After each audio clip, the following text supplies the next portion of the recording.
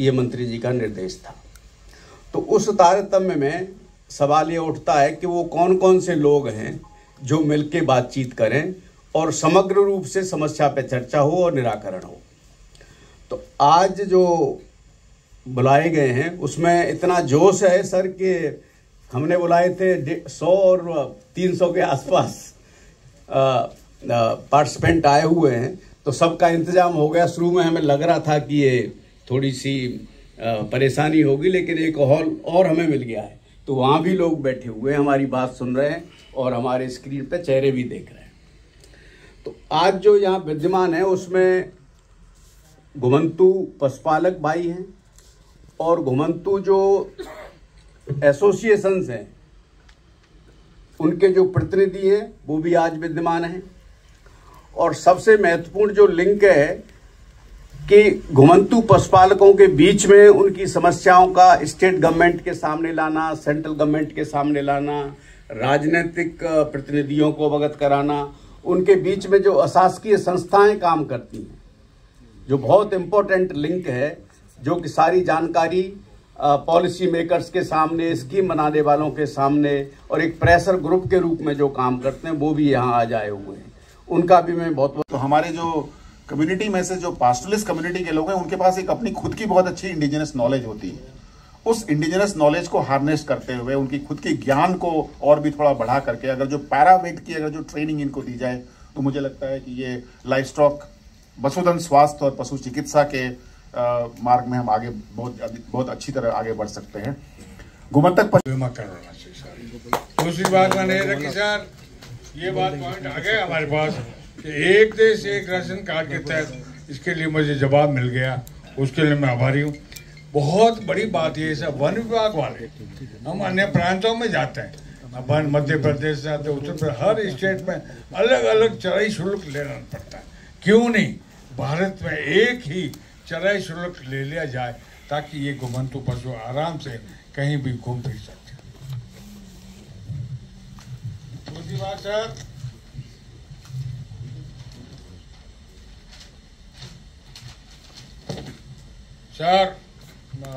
हमारे जब अन्य प्रांतों में हम जाते हैं, हमारे पशुपालकों की बात, बहुत लुटेरे, चोर, डाकू बहुत कुछ आते हैं सर।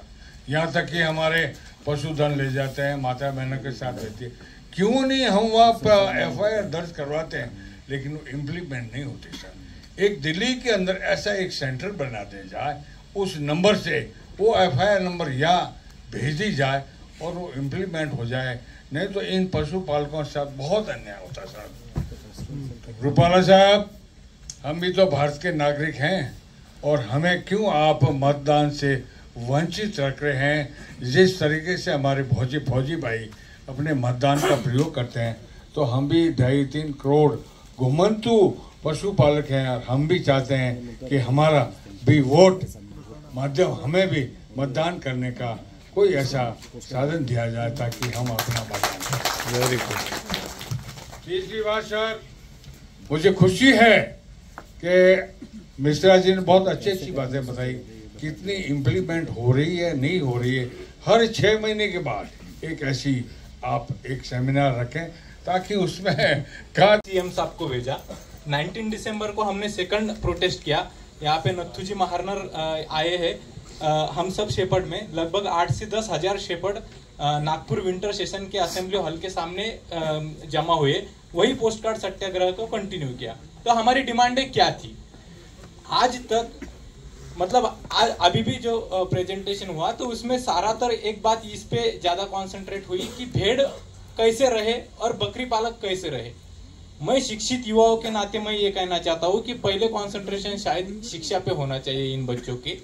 मैं TISS में पढ़ता हूँ सर, आज मेरा रिजल्ट लगने वाला है। मैंने फी भरी नहीं है इसलिए मेरा रिजल्ट दिखेगा नहीं, क्योंकि NT नॉमेडिक ट्राइब में आते हैं तो हमें ना ही SC की स्कॉलरशिप मिलती है ना ही ST की स्कॉलरशिप मिलती है और OBC के लिए तो स्कॉलरशिप है ही नहीं।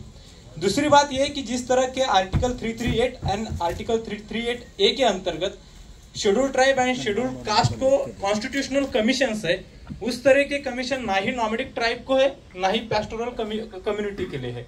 तो मेरा सुझाव ये है कि पूरे राष्ट्रीय स्तर पे नेशनल कमीशन फॉर पैस्टोरल या फिर नॉमिनिक ट्राइब के लिए बनाया जाए, उसको कॉन्स्टिट्यूशनल दर्जा दिया जाए, जिसके तहत देश भर में जिस तरह की एट्रोसिटीज किसी भी समुदाय से, सेटल समुदाय से इस नॉमिनिक ट्राइब पे हो रही होंगी, तो उसके ऊपर आवाज उठाने के लिए, उसके ऊपर जस्टिस मांगने के लिए ये कमीशन काम करना चाहिए। जो हमारा जो प्रोटेस्ट था वो बेसिकली सिर्फ एक ही डिमांड पे था। सर, इंडियन फॉरेस्ट एक्ट 1927 है, गांधी जी ने 1930 में जो सिविल डिसोबीडियंस किया था उसके अंतर्गत महाराष्ट्र में इस फॉरेस्ट एक्ट को ब्रीच किया था। पर after 75 years of independence we are celebrating Amrit Mahotsav, but on the year of Amrit Mahotsav, shepherd has been penalized by 1.40 lakhs for entering into the forest। मतलब 75 साल के बाद में हम पशुपालकों को 1.5 लाख रुपए का पनिशमेंट हुआ है। हमारे ऊपर गोलीबार फॉरेस्ट डिपार्टमेंट ने किया है, और फॉरेस्ट डिपार्टमेंट को यह अथॉरिटी कौन देता है? तो इंडियन फॉरेस्ट एक्ट 1927। तो मैं ये कहना चाहता हूँ साहब, जैसे प्रजासत्ताक हुआ, उसने राइट टू एक्सप्रेशन का जो हमें राइट, फंडामेंटल राइट दिया, मोदी साहब ने राजपथ का नाम कर्तव्य पद किया, क्योंकि हमें अंग्रेजों की लीगेसी छोड़ना है। तो मैं आप इस माध्यम से कहना चाहता हूं कि हमें पशुपालकों का भला करने के लिए अंग्रेजों का जो 1927 का कायदा है, जो हमारे लाइवलीहुड को क्रिमिनलाइज करता है, जिस तरह नॉमिनिक ट्राइब को 1871 के एक्ट ने क्रिमिनलाइज कर दिया, बॉर्न क्रिमिनलाइज कर दिया, उसी तरह का क्रिमिनलाइजेशन 75 years ऑफ इंडिपेंडेंस हमारा इस इंडियन फॉरेस्ट एक्ट 27 और वाइल्ड लाइफ प्रोटेक्शन एक्ट 72 और जो नए नए प्रोटेक्टेड सेंचुरीज बनाए जा रहे हैं, उसी माध्यम से हमारा लाइवलीहुड क्रिमिनलाइज किया जाता है। अब यहाँ पे कल्चर की बातें हुई, हमारा डाइवर्स और रिच कल्चर है, हमारे पास इंडिजिनियस नॉलेज है। परसों के दिन मैं पढ़ रहा था, हमारे यहाँ पे लंदन यूनिवर्सिटी के एक प्रोफेसर आए, वहां पे मैंने प्रेजेंटेशन दिया, impact of climate change on nomadic tribe shepherd. Yes, तो उसमें सर मैंने एग्जांपल दिया कि मेरे भाई ने बताया कि हमारे जो गोट है उसको डॉग के 2 बच्चे पी रहे, उसका दूध पी रहे। तो महाराष्ट्र में ऐसे कहावत है कि जो गोट का दूध पीते हैं वो ब्रेव नहीं होते, पर वो डॉग इनफ ब्रेव है। तो ये जो कल्चर और ये जो इंडिजिनस नॉलेज है उस कम्युनिटी का, उसको रिस्पेक्ट करने के लिए, रीच करने के लिए उनका लाइवलीहुड तो बचना चाहिए ना।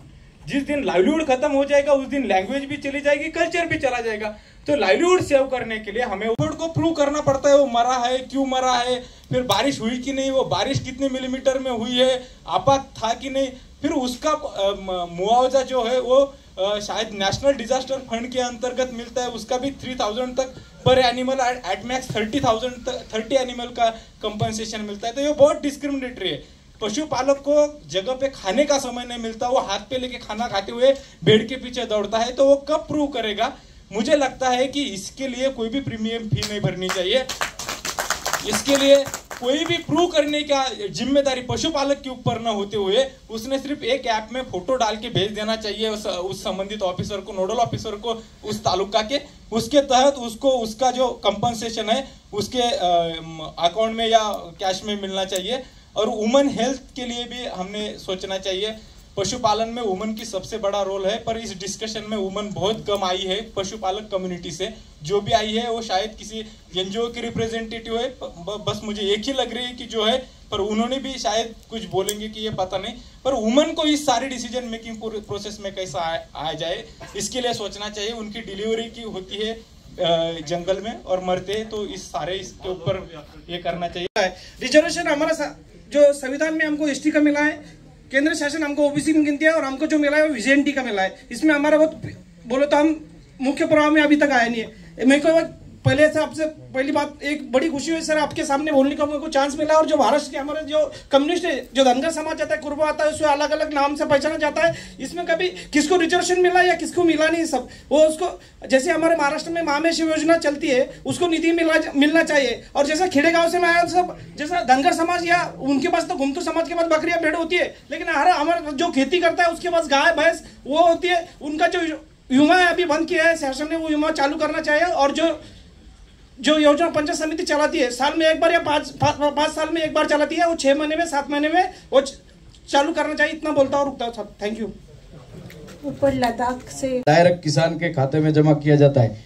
वैसे भेड़ पालकों तक आज की ये सूचना है सर, जो आपने यहाँ इन्वाइट किया, ये भी हमें माननीय गोवर्धन रायका जी के माध्यम से पता चली, नहीं तो हमें यह भी मालूम ना होता कि हमारे लिए कोई बैठक हो रही है।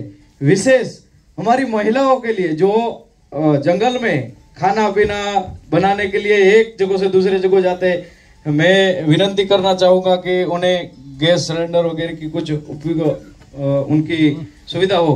खास करके हमारा उद्देश्य है बच्चों को पढ़ाना। भेड़ पालकों के बच्चे जो अनपढ़ रह रहे उनके लिए ज्यादातर ध्यान दिया जाए सर, क्योंकि हमारी रबारी समुदाय की, हाँ, यहाँ पे बोर्ड पे मैंने सुना, लेकिन कच्छ के जो 15 से 20 हजार रबारी समुदाय के भेड़ पालक है आज छत्तीसगढ़, महाराष्ट्र वगैरह वगैरह में जहाँ घूम रहे, उनका आज तक नाम नहीं आया है कहीं पर। इस पर खास ध्यान दिया जाए। खूब खूब धन्यवाद। दूध होता है, हम अगर 100 ग्राम उस दूध को पीते हैं तो सुबह हमारे को जैसे कोई मदिरा पीता उस तरीके से उसका ये होता है सर।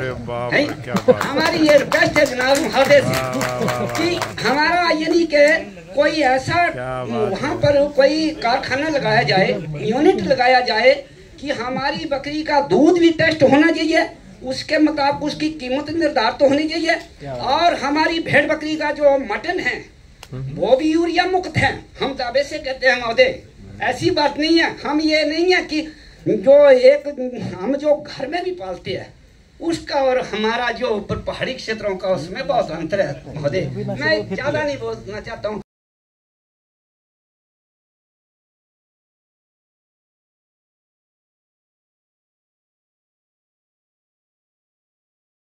नाम की सर सातारा, जत, सांगली, कोल्हापुर में सर उसकी बहुत डिमांड है सर। हम 2-3 साल से सर NVGR को प्रस्ताव भेज रहे हैं, पर अभी तक सर वो ब्रीड रजिस्टर्ड नहीं है सर। Yes sir. क्या नाम बताया सर? माडग्याड। यस। और सर जैसे हमने bike ambulance 200 bike ambulance sir Maharashtra के ले रहे हैं सर, जिससे हम लास्ट टाटा तक पहुंच सके। बाइक एम्बुलेंस से पीछे किट रहेगी और वो शेफर्ड्स को देने वाले सर। और कुछ जानकारी भी हमसे शेयर किया और आगे का हमारा मार्ग बनाने में सहायता भी वो करेंगे। प्रधानमंत्री मोदी जी ने इस विभाग को स्वतंत्र विभाग बनाने का काम किया। पहली बार मोदी जी को लगा कि इनका विभाग होना चाहिए, इसलिए हमको विभाग मिला। मेरा सौभाग्य रहा कि मुझे इनका दायित्व मिला। सो अब विभाग बना है तो हम सब साथियों ने मिलके सोचा कि ये विभाग है तो विभाग के साथ कौन कौन जुड़े हैं। उसमें से पता लगा कि आप भी हमारे विभाग के लोग हो, हमारे परिवार के लोग हो, तो आपसे मिलने का ये प्रयास किया गया। मैं दोबारा इस प्रयास को और ठीक करने की कोशिश करूंगा। अभी एक भाई साहब ने बताया कि हमारा नाम नहीं है, मगर हमारे पास तो किसी का नाम नहीं।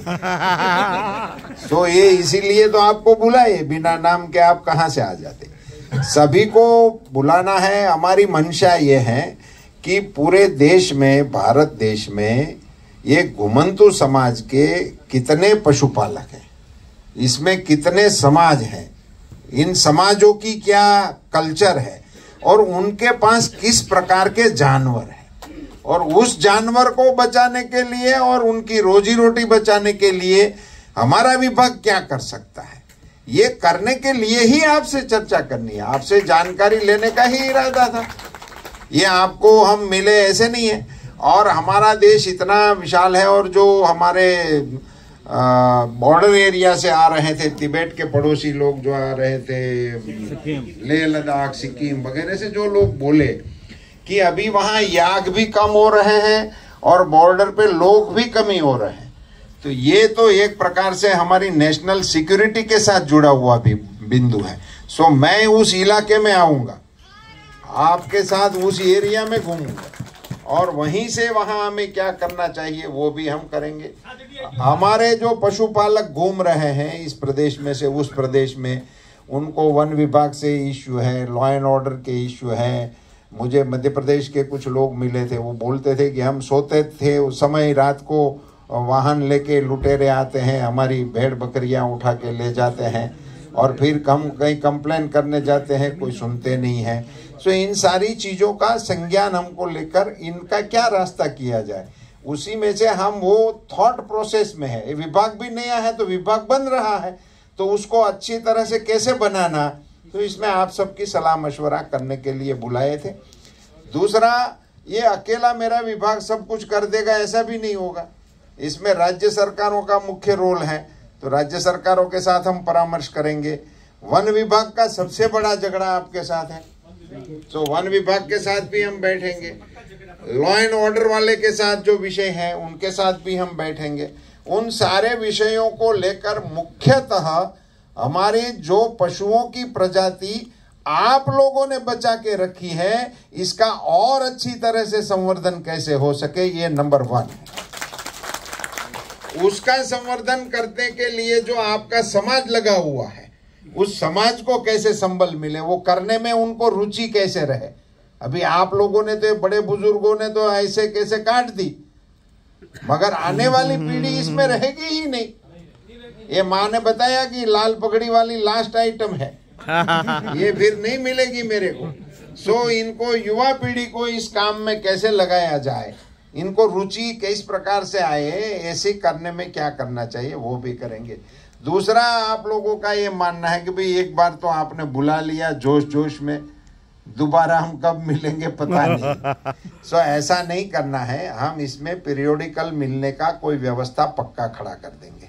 सो हमें ऐसे ही मिलते रहने का, कैसा होगा, क्यों होगा, कब होगा, वो सारा बैठ के तय करके करेंगे। ऐसे जोश जोश में बोल देने से कुछ होने वाला नहीं है। तो अभी भी आज आपने जो परामर्श किया है उनमें भी आप लोगों को 1-2 चीज की मेरी नम्र विनती है। अभी कुछ लोगों ने बताया कि हमारा है, हमारा नहीं है। ऐसा नहीं है, अभी किसी का नहीं है ऐसा मान के चलो। जो जिनके पास जितनी भी जानकारी है वो सारी लिखकर मेरे विभाग को दे दीजिए। उसमें कोई, आप थोड़ा कोशिश करें, आपके पल्ले में जितनी होगी हमारे पास आ जाएगी। डुप्लीकेट होगी तो हम एक लिखेंगे, एक को रद्द कर देंगे। इसमें समाज की भी जानकारी हो और अपने पशुओं की, अपने ब्रीड की, जो ब्रीड है जो जानकारी में नहीं है, उन सब की बातें हमारे संज्ञान में डाल दो। और फिर राज्यों में से कलेक्ट करके फिर ये आपके समाज की आ जाएगी, आपके ब्रीड की आ जाएगी। और भी आपके सामने, जैसे भाई साहब ने बताया कुछ दूध का, कि 2-3 महीना तक वो दूध बिगड़ता नहीं, ऐसा दूध कोई बेच रहा है, उसकी नक्कर जानकारी दीजिए। उनके पास से खरीद करके, उनका आता पता ढूंढ के कि इसको और अच्छा करना है, बेचने के लिए आप मदद करो, ऐसा करके लिखना। हम मदद करने के लिए ढूंढेंगे, निकल जाएगा उनका जो होगा ही। सो अपने आप में उन सारी जानकारियों को इकट्ठा करने का एक प्रयास है। मेरे विभाग ने भी इसका कॉग्निजेंस लिया है, एक सेल तो बना ही दिया है। अभी हमने, ये पास्टोरल शब्द ही नहीं था, तो आज से मेरे विभाग में आपका विभाग तो शुरू हो ही गया है, वो अब और डिटेल से काम करेगा। और दूसरी बार हम जब भी मिलेंगे तो 50% बहनों के साथ ही मिलेंगे। क्या बात है, आप में से 50% की टिकट काट देंगे। जिनको आना होगा 50% बहनों को ही आना होगा।